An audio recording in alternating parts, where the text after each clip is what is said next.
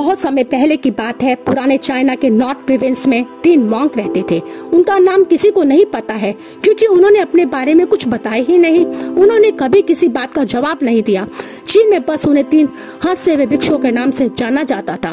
वे तीनों सिर्फ एक ही काम करते, एक गांव में प्रवेश करते, बाजार के बीचों बीच खड़े होते और हंसना चालू कर देते। वे अपने पूरे जोरों से हंसते। अचानक लोगों का ध्यान उनकी तरफ खींचा चला आता और धीरे धीरे उनके चारों तरफ एक बड़ी भीड़ इकट्ठा हो जाती। वे इतनी एकाग्रता, तल्लीनता और संपूर्णता के साथ हंसते कि उनकी हंसी देखकर सारा गांव हंसने लग जाता।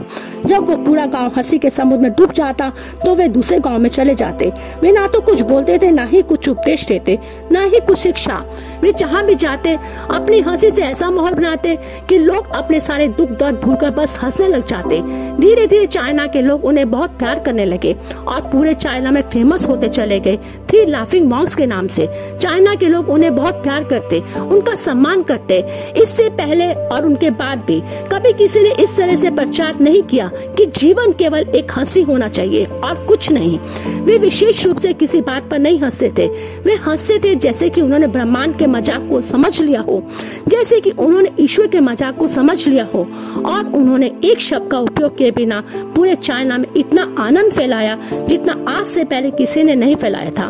लोग उनका नाम पूछते लेकिन वे बस हंसते, तो उनका नाम बन गया 3 हंसते हुए भिक्षु, 3 लाफिंग मॉन्क्स। पूरे चाइना में घूम घूम कर लोगों को हंसाते हुए समय के साथ वे तीनों बूढ़े हो गए और एक रात जब वो गांव में ठहरे हुए थे, उन तीनों में से एक भिक्षु की मौत हो गई। पूरा गांव हैरान रह गया।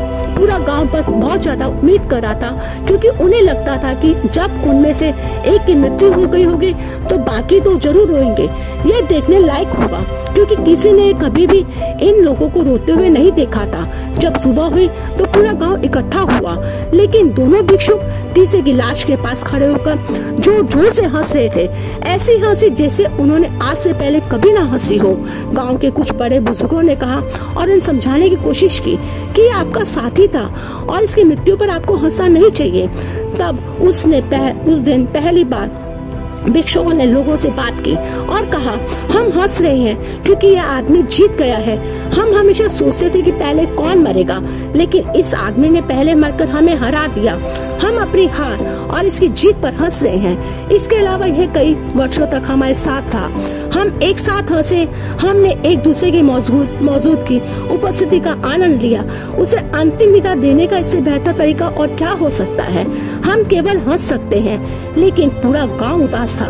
जब मृत भिक्षुक के शरीर को अंतिम संस्कार के लिए चिता पर लिटाया गया तो सारे गांव वालों को एहसास हुआ कि शेष 2 भिक्षुक केवल मजाक नहीं कर रहे, वह तीसरा जो मृत था वह भी हंस रहा था। चीन में यह प्रथा था कि जब एक इंसान की मृत्यु हो जाती थी तो उसके पुराने कपड़े उतारकर उसे नहला धुलाकर नए कपड़े पहना दिए जाते थे, लेकिन मरने से पहले उस भिक्षुक ने अपने साथियों से अपने कपड़े न बदलने के लिए कहा था। तीसरे भिक्षुक ने कहा था कि मुझे स्नान न करवाना क्योंकि मैं कभी अशुद्ध हुआ ही नहीं। मेरे जीवन में इतनी हंसी आई है कि कोई अशुद्धता जाना ही नहीं हो सकती। मैंने कोई धूल जमा ही नहीं की है। हंसी हमेशा युवा और ताजा होती है, इसलिए मुझे नहलाकर मेरे कपड़े ना बदलना। जब उस तीसरे भिक्षुक के शरीर पर आग लगाई गई तो गांव वालों को पता चला कि उस भिक्षुक ने मरने से पहले अपने कपड़ों में कुछ पुरानी चीनी पटाखों को छिपा रखा था। वो आग लगने के बाद फटकर आसमान में रंग बिरंगे कलर्स में फैल गए और यह देखकर एक बार पूरा गांव जोर जोर से हंसने लगा। तो इस तरह वो तीसरा मॉन्क मरने के बाद भी सारे गांव वालों को हंसा गया और यह देखकर शेष 2 भिक्षुओं ने कहा, चालाक आदमी, तुम मर चुके हो, लेकिन तुमने हमें एक बार फिर हमें हरा दिया। तुम्हारे द्वारा गांव वालों के चेहरों पर पैदा की गई यह हंसी आखिरी हंसी थी।